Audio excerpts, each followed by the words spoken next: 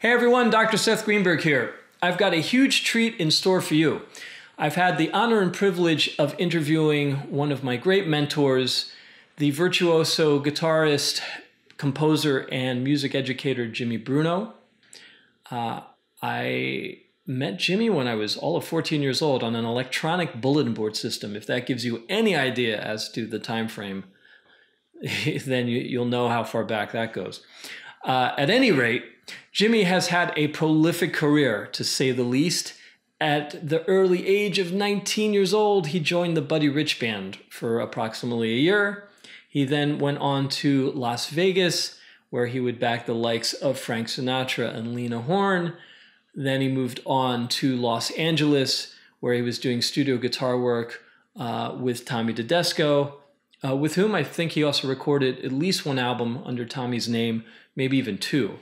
And then finally he decided, look, you know, I'm done with this. I'm not really interested in studio guitar work or playing commercially.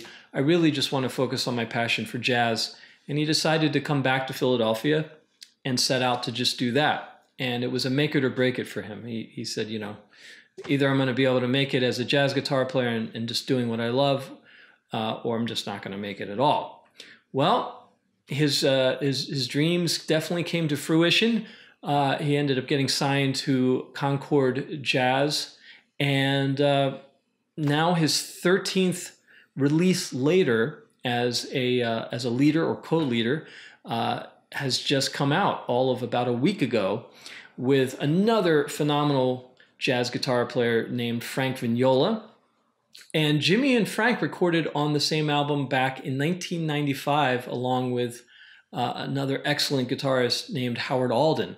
And that was for Concord Records, called the Concord Jazz Guitar Collective. So it's been well over 20 years since Frank and Jimmy have played together. And this new release, I believe it's entitled Hanging with Jimmy and Frank. It's available only on TrueFire. I will put a link in the description below. Definitely want to check that out. Both Frank and Jimmy, other than not having played together for a long time and being, you know, virtuosos in their own respect, they both, about a year ago, sustained some life-threatening injuries. You know, in the case of Jimmy, he had a seizure. In the case of Frank, he had an ATV accident, you know, and so both of them have rebounded with a vengeance, and it's just a sheer delight to be able to hear the two of them playing together again.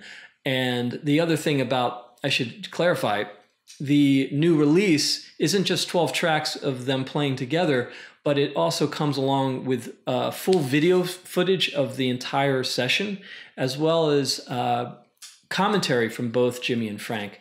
So it's much more comprehensive than just, you know, downloading 12 audio tracks and that's it.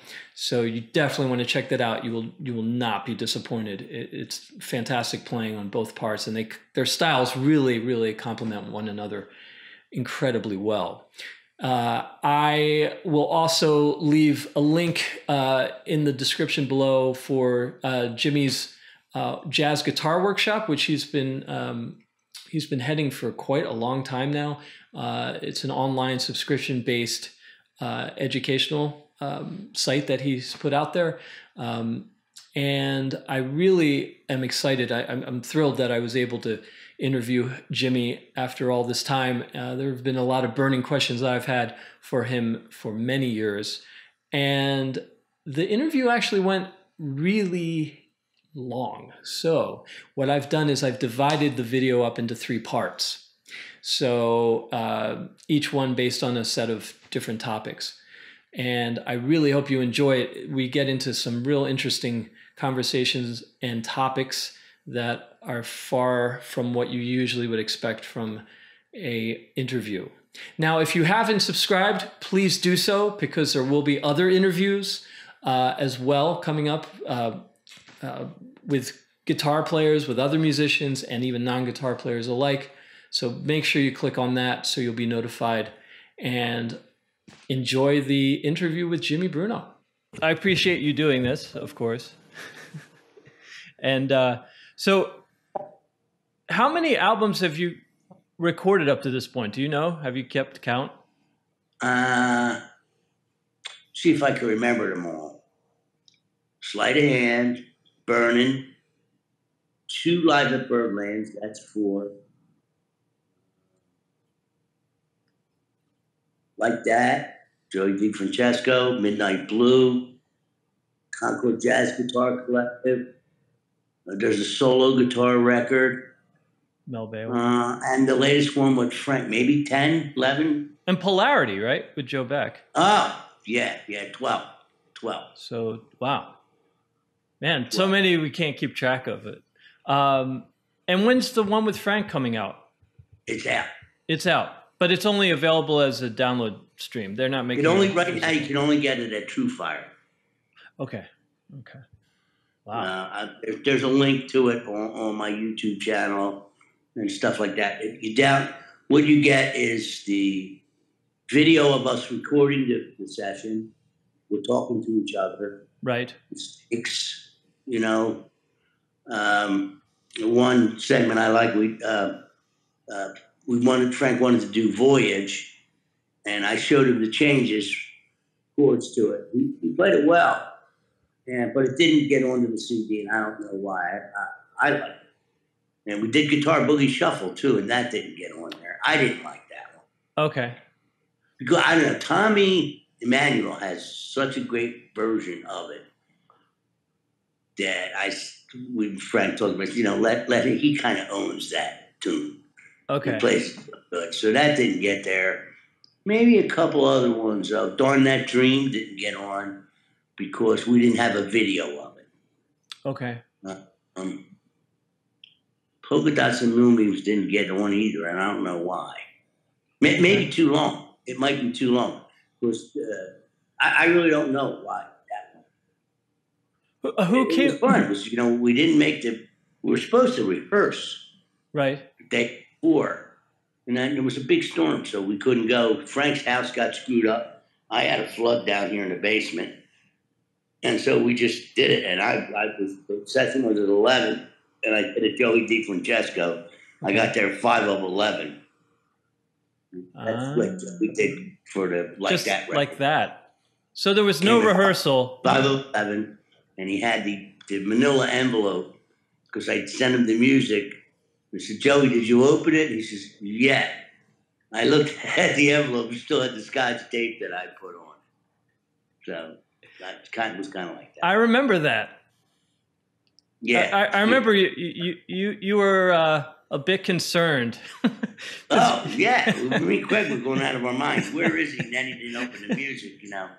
Thank God he has such a great ear. Yeah, and he remembers those tunes better than I do, because I got to play with him after that. And he started playing one of those tunes, and I says, "What's that?" He says, "You wrote it." I remember it. It was, I don't remember the name of it. It was this tune. Iguana's Uncle, or?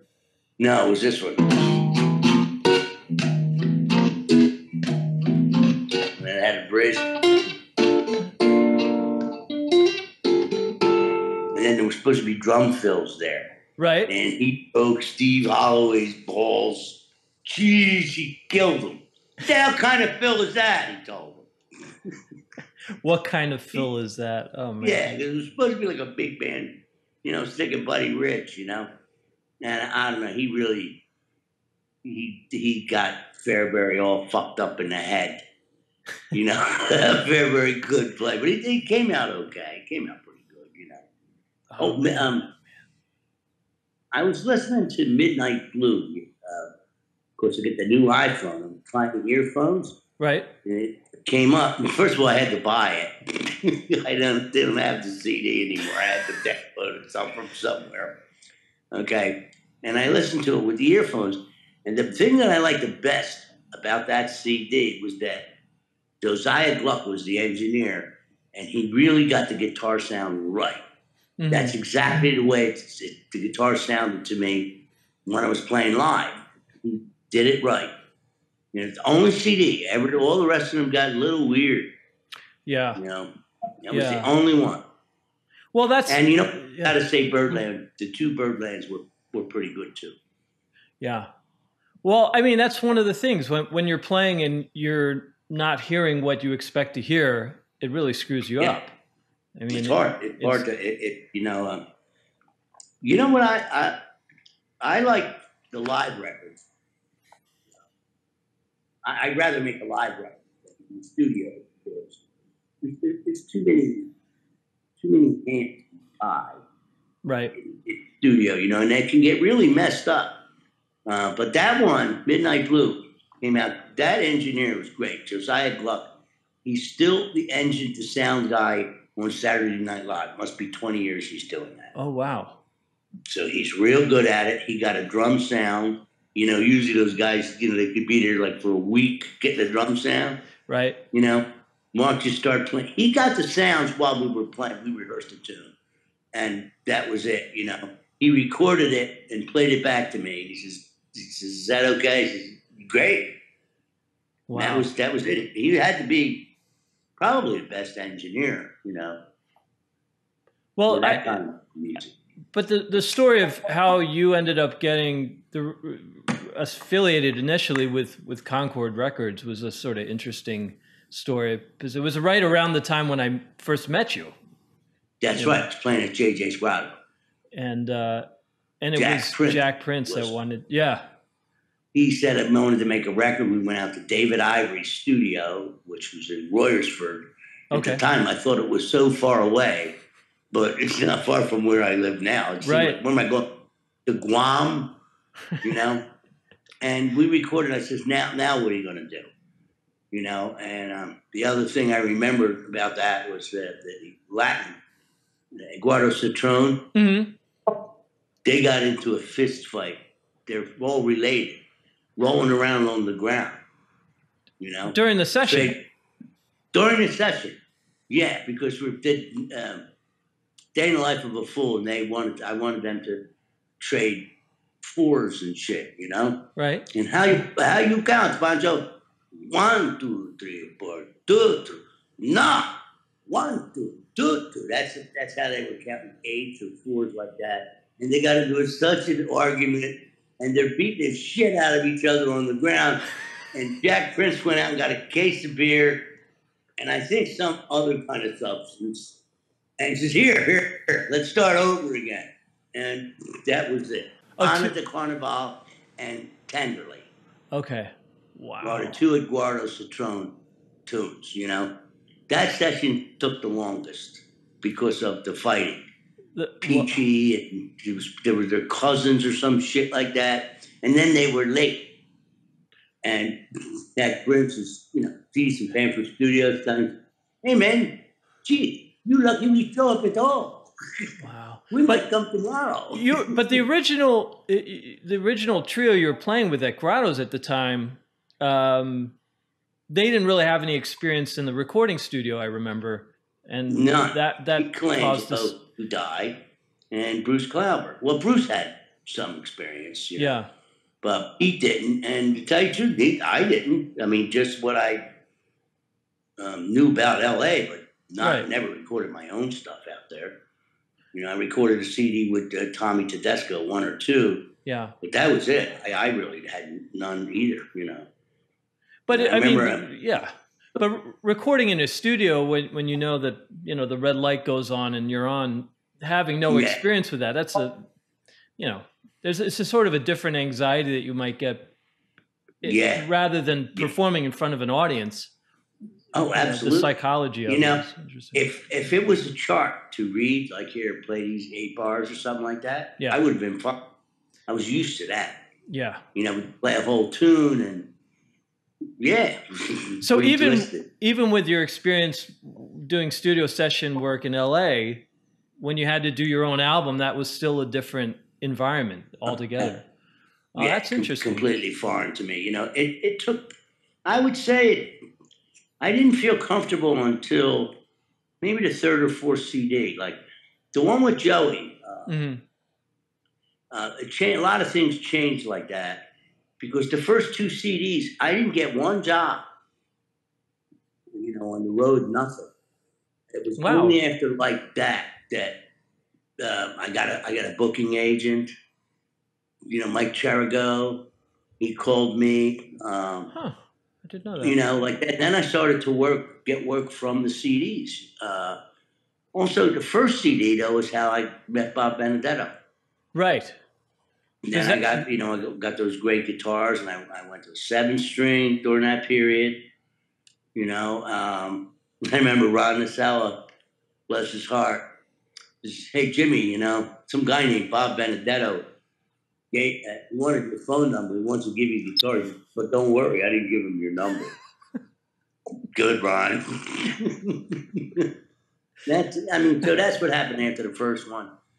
Now, why did you? Yeah. After the second album, I got to meet Carl Jefferson. Okay. But what was it that initiated your interest in going to a 7-string guitar from 6? From Howard Alden. So that was from Howard. Okay.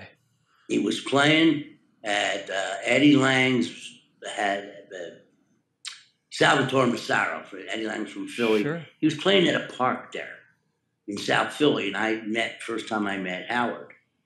And he handed me the guitar. He says, "Here, you need to play this." And I told Bob, I got to get a 7-string.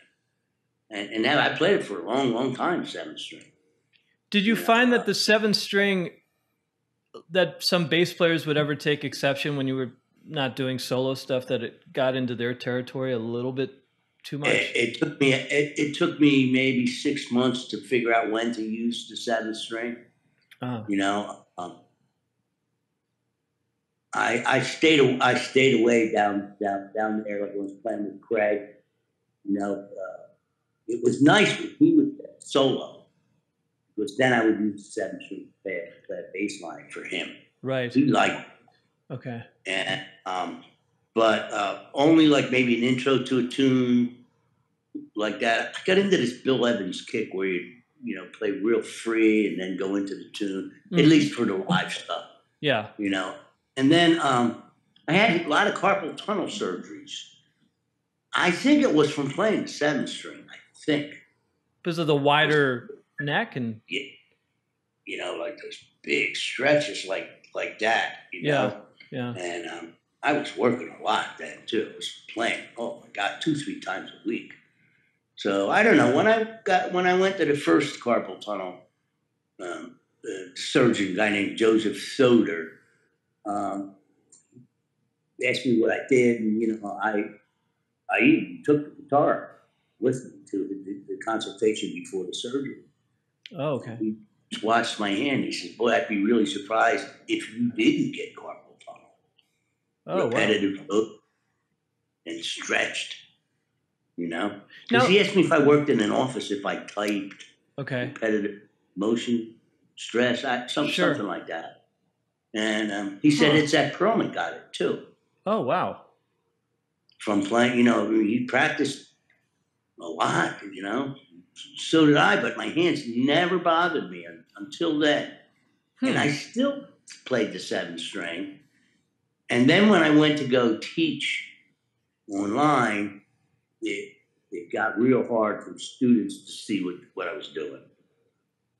Now, did you initially feel that something was starting to go wrong in the hand, or was it just more of a sudden, I can't do this? No, it started real gradually. It was a little tingling. Okay. The left hand. And gradually, every time at Christmas, got a little worse, until one night I was playing, and usually it didn't happen until the 3rd set. In those days, it was like 3 sets. Right. Didn't until the 3rd set. And then I remember one night, it got the 2nd set. I'm moving my left hand. I see my fingers going, but I can't feel the fingerboard. Oh. That's when I knew there was something wrong. Wow. So you lost total sensation in the fingertips. Total sensation, but they were still moving.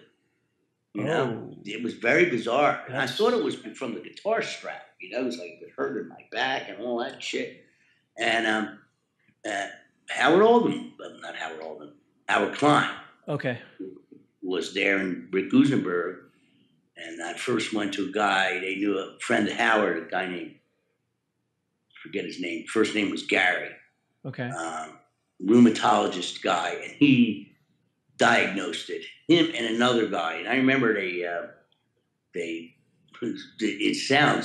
it wasn't painful at all. Mm-hmm. You lay down on the table and they put an electrode in here, and they shot like a 9-volt battery up here through another device, and and they would measure how much electricity was it was totally blocked. Wow. Totally blocked. You couldn't feel anything. They cut a little. All these things go through a little tunnel there, and he just cut it, and it was nothing. The surgery was nothing, and it came right back. Wow. And I asked him, "Do I need to do exercises?" He said, "No, just keep playing. That's the exercise. Better than squeezing a ball." Wow. And it went away. Then it came back. And then it came back again. Came back. He said it was going to come back, and it did. And then got another surgery, and then it went away. I never had any problems since. Wow. Don't know why. Now, none of that. I did split 6-string during that time too. Okay. Because students couldn't figure out. It looked funny. And I remember I asked Bob. I said, "Bob, I need a 6-string guitar with dots or inlays." Right. And you see, he made me a laminate guitar, which he hated doing. He don't like to make a guitar. And he did it. And I got it within 2-3 weeks in those days, and with the dots. And then also, I had run into, I had called Joe Pass, still alive, sick. And I asked him, he says, "I tried it. I didn't like it." And to me, I still think he's the best solo guitar player. He's, for a guitar, he was, he started all that. And I thought to myself, well, geez, if he can do it with 6 strings, I'm going to, everything was going against the idea of the 7-string in my mind anyway. And then I switched back to 6-string. Right. And after that, something happened with Bob and Fender. And so, I wound up going with Roger Sadowski, and he wanted to make a 7-string, and I said, nah, I've been playing 6-string, Roger. And then he agreed. You're going to, how many 7-string guitars are you going to sell? Not many. Right. Sell a lot of stuff. So it's that was it. I've been playing 6-string ever since. So I don't miss it at all. Well, speaking of dots, I remember hearing a Tommy Tedesco bit in one of his instructional videos about dots and the sort of stigma that classical guitar players often have about having dots on your fretboard. Yeah.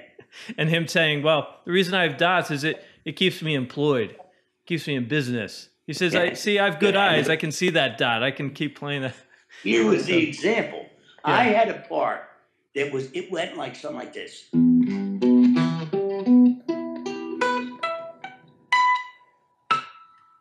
Right? And the last note was, and he looked at me and because it came out the first take. Right. And he says to me, "Boy, did you get lucky." And I says, "What do you mean?" I says, "Well, I showed him the music." He says, "It's here." He says, "Do you think that guy's going to know here?" He says, "I would have given him this." They don't know. And to this day, I like the dots because, look. Yeah. I don't want to look down here. Right. I want to look this. Even now, that's still hard to do anyway. Yeah. Well, where do you think that all originated from in that sort of odd pride, if you will, about having no dots? See, I don't have to play with dots. I don't know. It's just a strange. I have no idea. Maybe. Well, I mean, Bob thought of the guitar like a violin. Okay. So he never put any fret markers on it. He didn't believe in that. And I'm not sure if that. You probably have to ask him. But his opinion has changed over the years too. Right. So, but I put the dots for teaching. Yeah. People can see. I mean, even myself, if I watch myself on some of those things, it's like if I have to see this, I have to see the whole neck. I have to see from here. Yes, right, right. That's the look. See, if I do it like this, well, you play. Yeah. Well, are you really sure? You don't know. I'm not sure. This could be some guitars have the dot in the first fret. Right.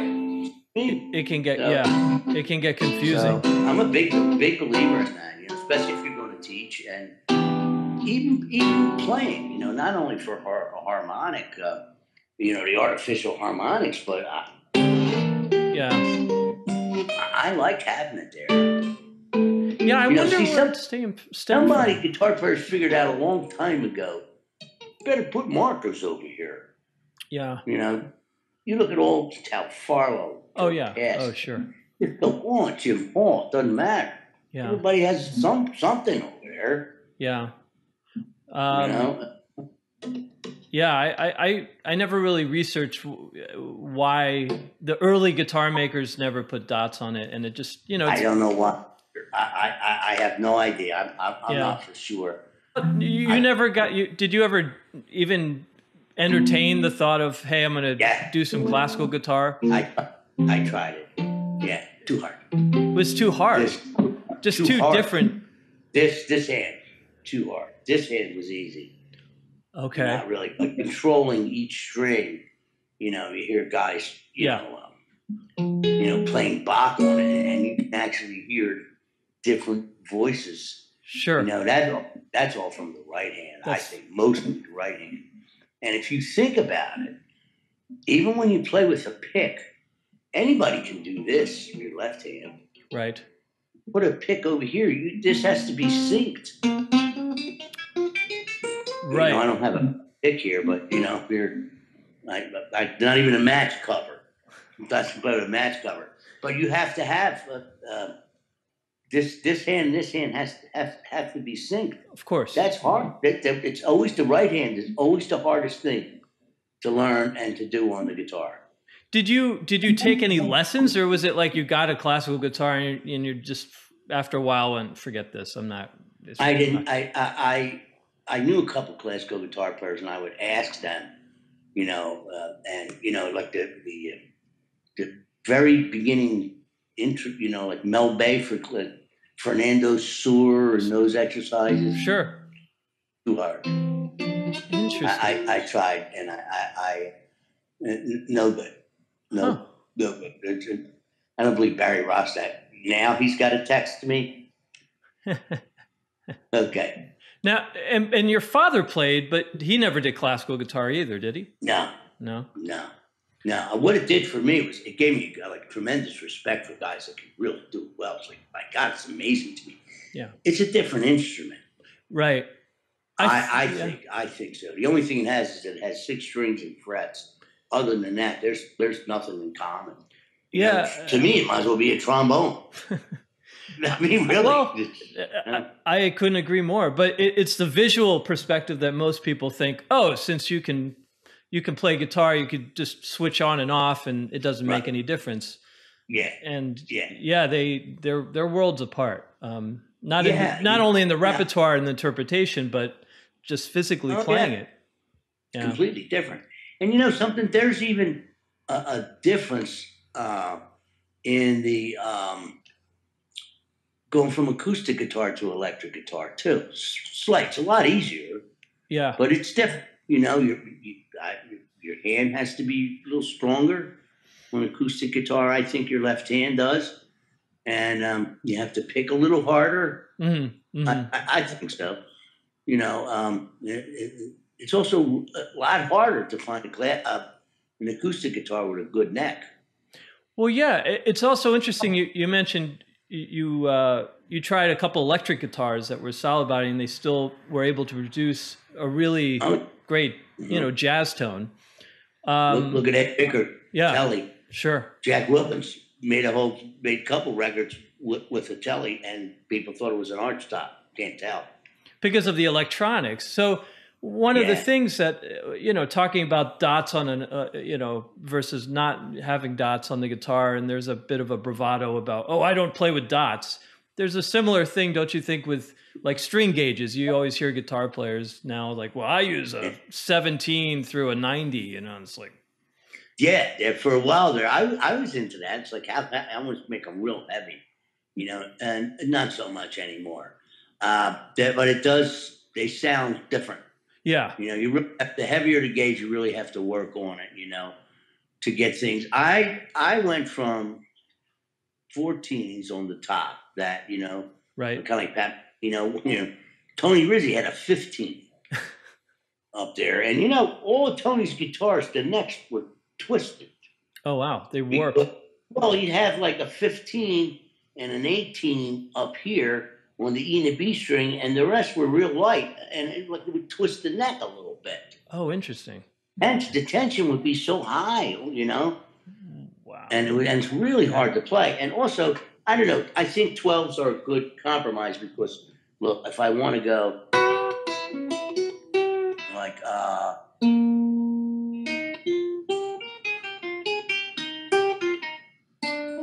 that.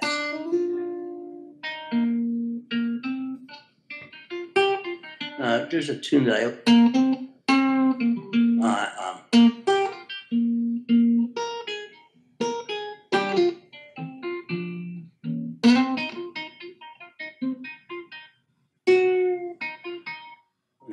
I like to do that. With the bends. Yeah, having 14s, start losing your fingernail a little bit, especially. Well, also, you can do this.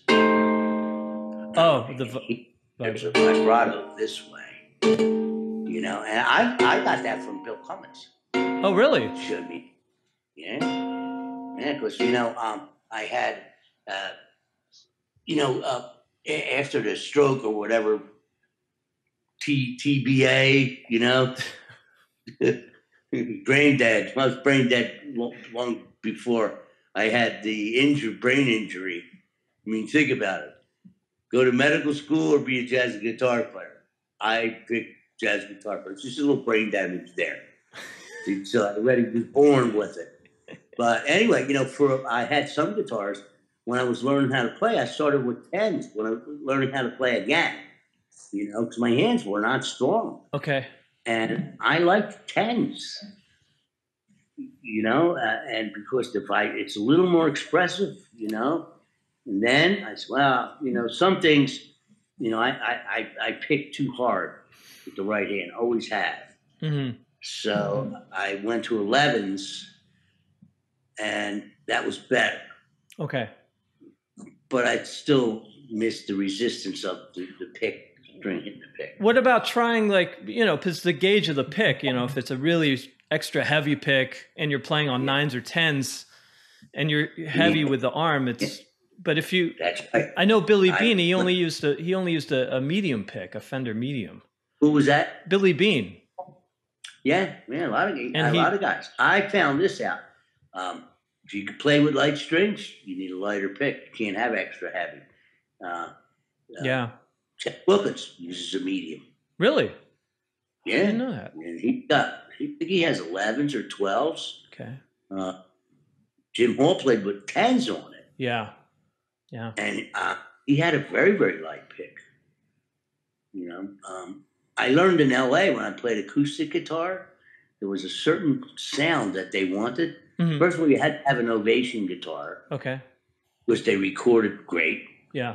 And a real light pick because they wanted that pick noise when you were playing, So the picks do matter. You just got to watch you don't fall into a pick loop. Where you're like, I got to, it's almost like the classical guys with that. So, oh, wait a minute. Oh, geez, I don't have my acoustic guitar, like that. So I use the same picks. I did that, getting sick was kind of good because, I started over. Strings, pick, the whole thing. And I went back to the ones that DeAndrea made, the extra heavy, whatever number that is. I went back to those but they're real hard to find now because DeAndrea does not sell to the public anymore. Oh, right. Somebody bought the company. Okay. So they only sell to, I mean, you have to order, like when they would make them for me, you had to order 4 gross Okay. of picks. Otherwise it wasn't worth it for them. And now you have to order, I don't know, 50,000, you know. Wow. That'll last a while. And then, I call him up, Yeah. and now the guy that was running it, a guy named Vince, he sold it.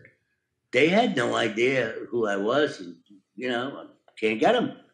So I mentioned it on YouTube or somewhere, and then people would send me the picks. Oh, really? I used to work for Fender, because at those Fender you would have their names on it. Right. And he sent me like a gross of picks, and somebody else sent me another gross of picks.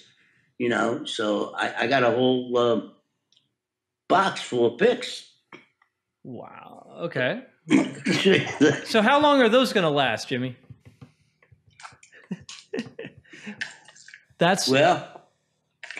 Okay.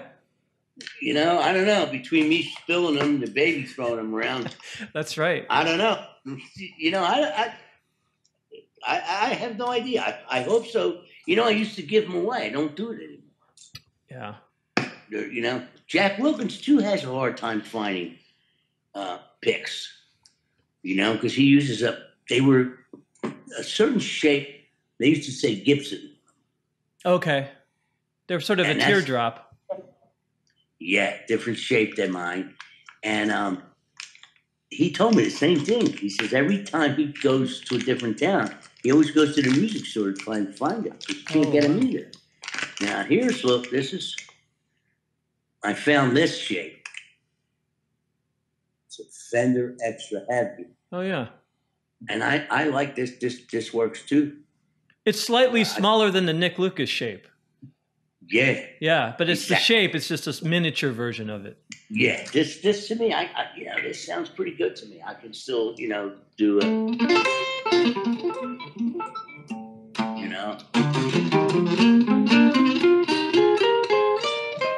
And I think that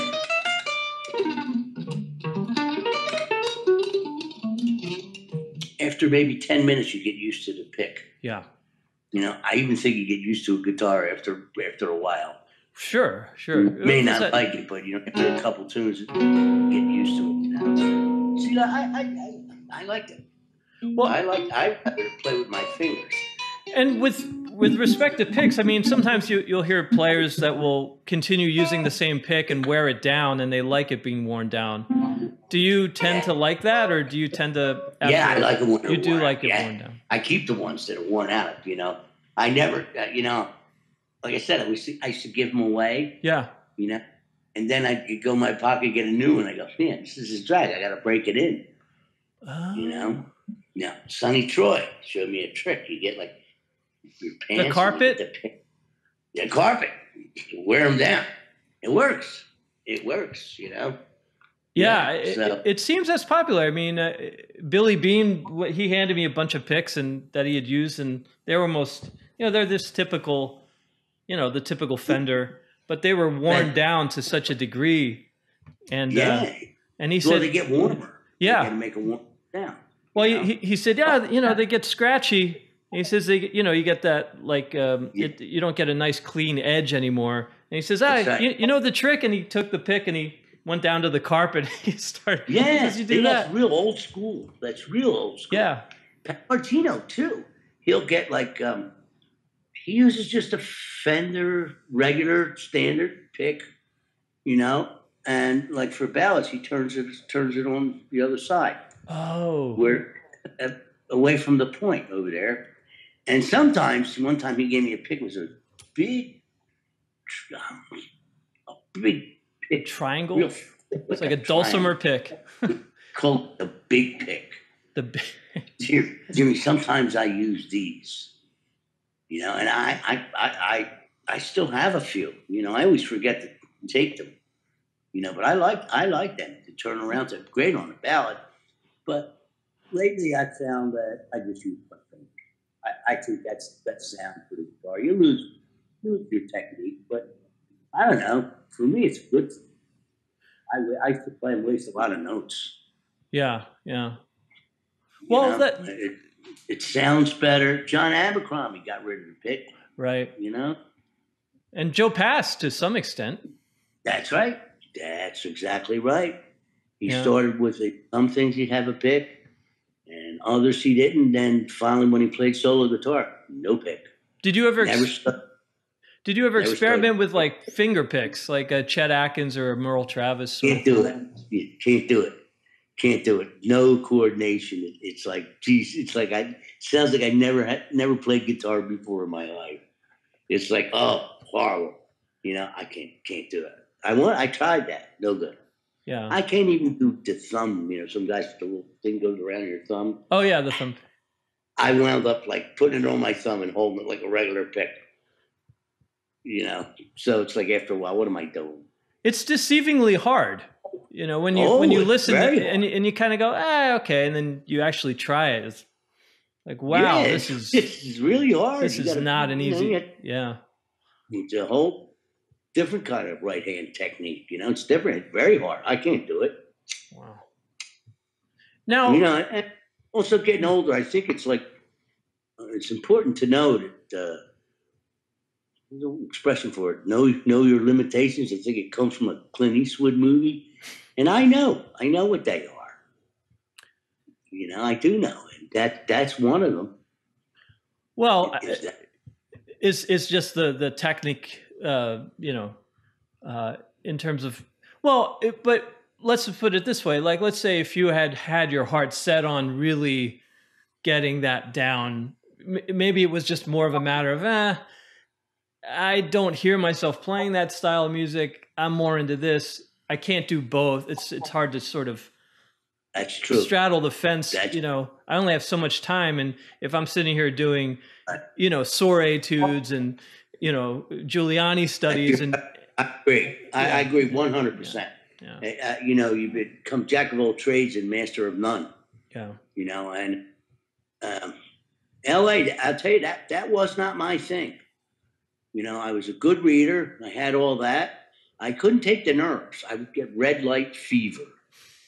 You know, I played a part, and then, man, when I knew I was recording, but jeez, I didn't like it. I didn't like the fact of, you know, getting up real early in the morning. I liked that. That was not a problem. But driving on that freeway and then thinking, you know, I was new. And it was like, boy, you know, you're only as good as your last session. Right. In LA. You know, and if you screw up, you know, you're done.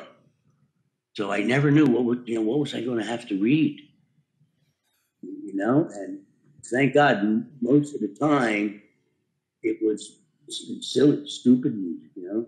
I'll tell you, a couple times, you know, there was stuff that was unplayable on the guitar. You know, and I was dumb enough to actually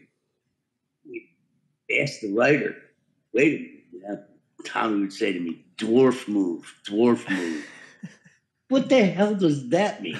He says, you never ask them. He says, they don't know. They don't know how to write for the guitar. He says, you never say anything. He says, just play, edit the part. Yeah. What you can't play, grab what you can grab. He says, he's been doing it for 40 years. He said, I never heard anybody say to me, hey, Tommy, you know, that fifth note in that fast passage there, you left it out. So it never happened. And also the other one he used to say was, hey, more highs, Tommy, more highs. Okay.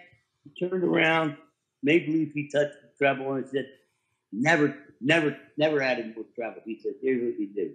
You turn around and you play. Same thing. Is that better? Yeah.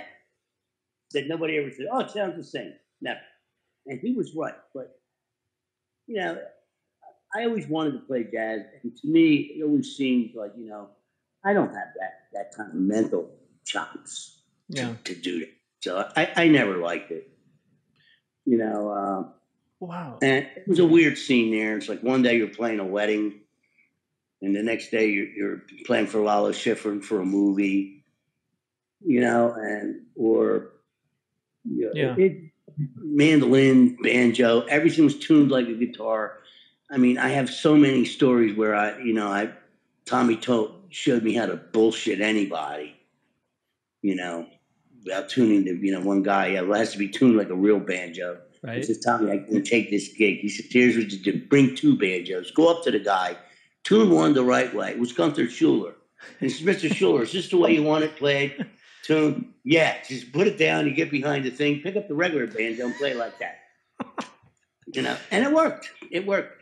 And the other thing was that Gunther Schuller still thinks I'm a banjo player. He doesn't know that I'm a guitar player. Wow. He really did. Lalo Schifrin thought I was a mandolin player for years. Oh, the mandolin player. That's right. And you're turning around going, oh, me. That's I did a TV movie for him called Princess Daisy. And there was like 8 mandolin players. Mandolin, mandola, all that stuff like that. And Tommy would switch the music around and people were switching instruments around. And I say, what's going on there, Tommy? He says, well, you want to get a lot of doubles because you get paid like that. So Lalo Schifrin thought for years that I was a great mandolin player because I could play all the different kind of mandolins. They're all tuned the same goddamn way. Until I went to a party, a guy named Mike Lang went to his house. And Lalo Schifrin, frustrated jazz, not actually, he's a pretty good jazz player, really a writer. And I played with him. I had that old Gibson L5 like that. And he says to me, man, you play pretty good guitar for a mandolin player. And I says, Lalo, I'm really a guitar player. I said, really? Yeah, Tommy told me, don't tell him too much. So we won't call you no more. Well, Tommy had such an immense insight into this sort of the psychology of playing. Did he just learn that through his own trials and tribulations and coming up? Yeah. Or did he have just a sort of natural knack for understanding? He had 4 kids, and he came from working in a Boeing factory. He was lifting boxes and stuff. Right. And at the time, he went there in 1953. Okay, and him, Bob Bain, and Tony Rizzi were the only 3 guitar players that could read. There was a couple other guys too. Okay. And so, he knew all the tricks. Like one time some guy asked him, says, oh, can you transpose that up to another key? And Tommy said, yeah. And what he would do was, this was funny, he'd sight read, but you have to stay in position. But if you're in the 5th position, right, he would read whatever was there, and say it was in the 5th position, and just move his hand up here. But he says the trick is you can't look at the finger. You screw yourself up. And people would thought that they would say, man, Tommy could read in any clef. Bullshit. Bullshit. He just moved his hand. He had a trick for a bass clef too. Wow. Interesting. This was out of necessity because he had 4 kids and he had to work. He came from working in a factory lifting boxes. Yeah. And so he didn't get to play jazz until much later, And he got so, the stories about him reading anything, they're true. But he didn't start out like that. When he got there, he didn't start like he got good at it. It's like anything else. You keep doing it every day. Imagine if you had to read music every day of your life for 3 to 6 hours every day. Become a great reader. Yeah. Well, one of the things I've noticed with reading, though, where I realized that I got off and was really frustrated when I was trying to get better at it, was the tendency everyone seems to have to stop when you make a mistake, and to also not really and not set a tempo when you play. You sort of just look at it and you start playing. Yeah, exactly right. And those 2 things I've noticed with students and myself, just changing that and making sure you stay in time No matter what you miss, you just keep playing. That's right. And you keep Nobody's your eyes know moving. You made a mistake. You know, leave a note, Tommy. Leave the note out. Yeah. You know. Yeah. The other thing too was about that was that for me it was I could sight read violin books, violin music. You know, yeah. Continuous. You know, rests would really screw me up. Never was used to reading syncopations. Never. You know? When I went to Vegas, I never read a show before. Right. You know, with the cuts and this, what's that? You know, make a cut from, I'm looking around and, you know, and I see guys with the pencil and so I took out my pencil and, you know, look good. What are they doing? And I asked the saxophone player, a guy named Joey DeFrancesco, I said, what does that mean? And he showed me, you know. And then I asked the trumpet player, Rick Baptist, still the best lead trumpet player in the world. I worked with him for maybe 8 years straight. Vegas, never made a mistake, this guy. I said, Rick, how can you do that? He says, well, you play everything in two. Da. 1, 2, 3, 4. This is how you tap your foot. Everything in cut time. Cut time. He says, so the notes are either when your foot's down or when it's up. He says, you never make a mistake. And you divide the bar in half with your eyes. There's 2 beats of, if it's notated properly. Right. See, the other has to be notated right. Otherwise, you know, and, you know, he was so good that he would holler at arrangers where did you learn how to notate?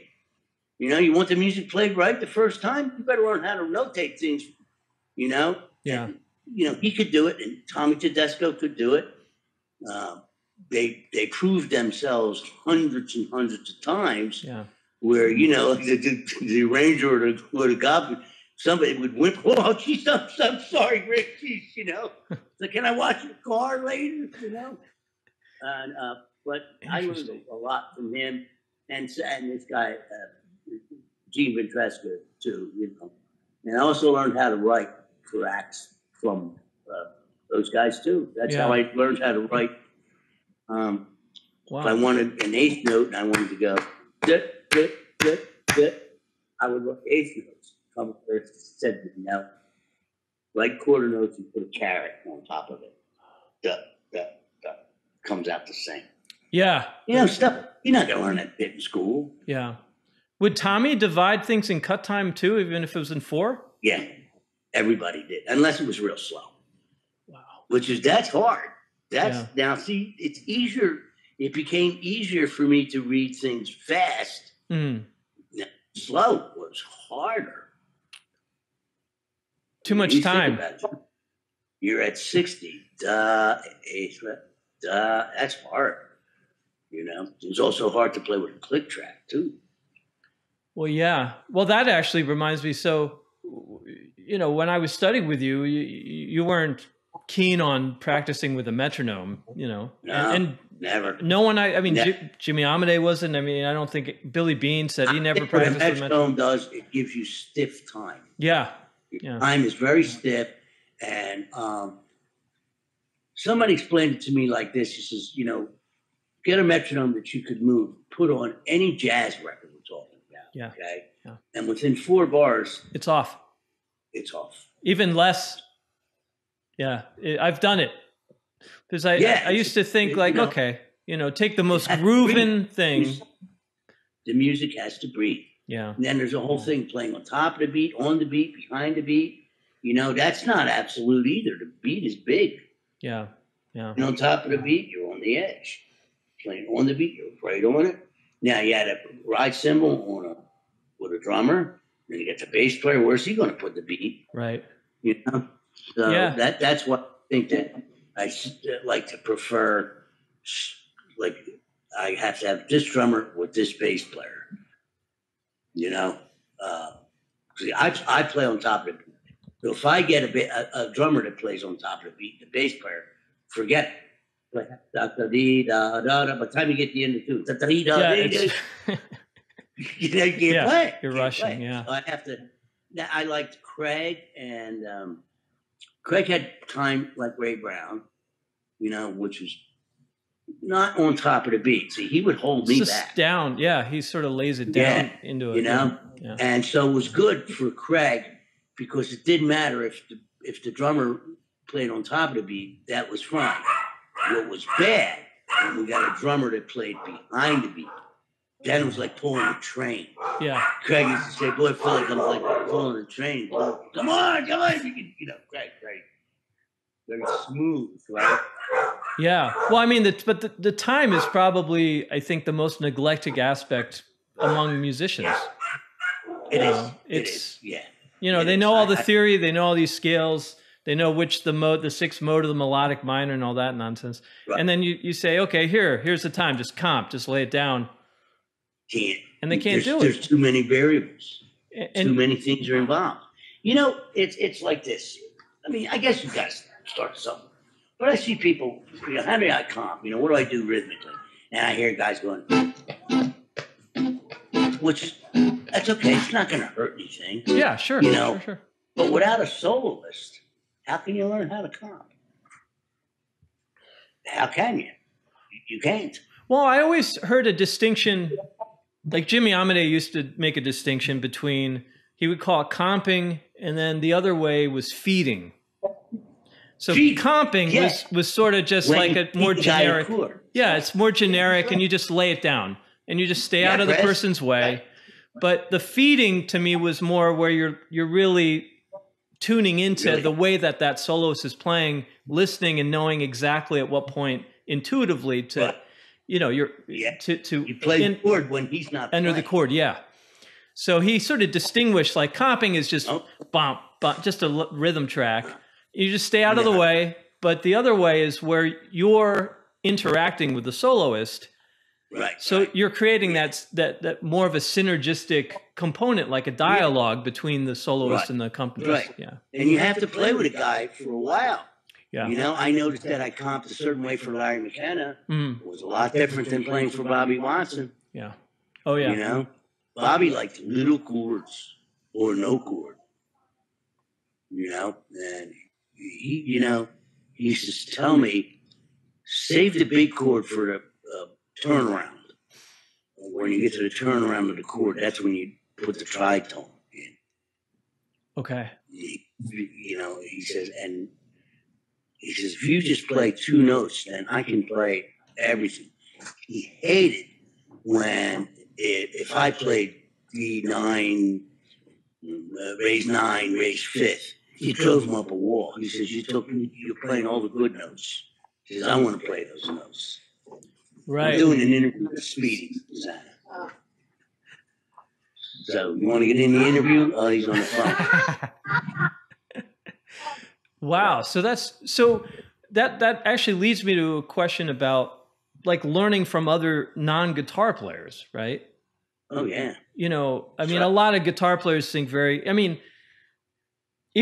still remember when you initially had said to me, like, hey, you should consider taking lessons with, like, you know, Pat or Jimmy Amade for that matter. And I thought, Jimmy Amade, I think that what am I going to learn from him? Once you get to a certain point where you can play, yeah, you know, which I remember I got to that point with you. It's like you need to go study with a saxophone player, yeah, because they have a whole different take on what notes they choose, right? The phrasing. You know, when I was running that program at University of Arts, I would even make guys take a lesson with a drummer for their time and their phrasing. You know, how they, you know, and it's funny. These kids got like so much better, especially they would take a lesson with like Ron Ferber. Yeah. Example, and all of a sudden they come back, man, they're like new guys. Also, what I learned from saxophone players was, okay, we tend to go like this, practice like you're practicing scales. Major scale, say G. I'll pick B flat. Well, a saxophone player would go from the lowest note of his instrument, which would be F. No, B flat would be, okay. Tenor player would be B flat, so their lowest note is A flat. So if they're going to play a B flat scale, they would start on A. Okay. until they reach all the way up to their top note is an F, which is an E flat.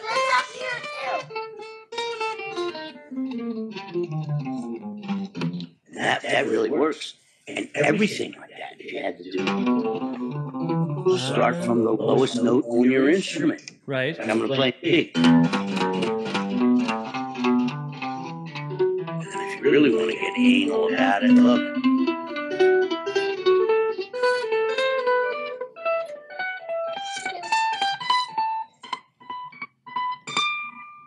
Play the whole thing. All the way up through. Lowest note of the guitar to the highest.